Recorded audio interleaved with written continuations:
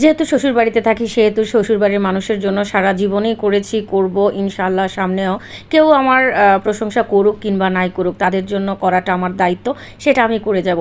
বাবার বাড়ির মানুষ কিন্তু সচরাচর মেয়েদের বাড়িতে আসে না, তো যখনই আসে তখন মনে হয় যেন শরীরের এনার্জি ডাবল হয়ে যায়। আজকে আমার মা আর বোন আসবে, সেজন্যই হালকা পাতলা কিছু প্রিপারেশন করতেছি।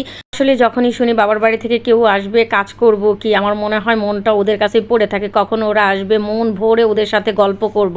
তো যাই হোক, ওদের জন্য ভেন্ডি ভাজি করছি, এখানে টিকিয়া বানিয়ে নিচ্ছি, আর রুই মাছটা রান্না করব। রুই মাছটাও নামিয়ে নিয়েছে। আমি জানি আমার মা এগুলোর একটাও খাবে না, কারণ জানি না ইদানিং সে কোনো কিছুই খেতে চাচ্ছে না। আর রোস্ট ছিল, আমি জানি মা রোস্ট পছন্দ করে, তারপরও সামনে দিব, খেলে খাবে না খেলে নাই।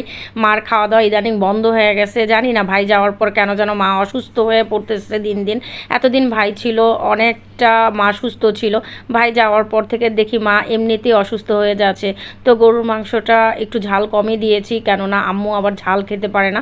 সব কিছুতেই আমি ঝালটা অনেক কম দিয়েছি। আমি জানি আমি যত কিছুই রান্না করব না কেন আমার মা হয়তো মুখে দিয়েও দেখবে না, তারপরেও মনে একটা সান্ত্বনা পাবো। যাই হোক, মার সামনে তো দিয়েছি, কিছু খাক আর না খাক, যদি খায় সেটা তো আমার সৌভাগ্য যে মা একটু হলেও খাবে। সব কিছু জেনে শুনেও চেষ্টা করে যাচ্ছি মনের শান্তির জন্য, আত্মার শান্তির জন্য।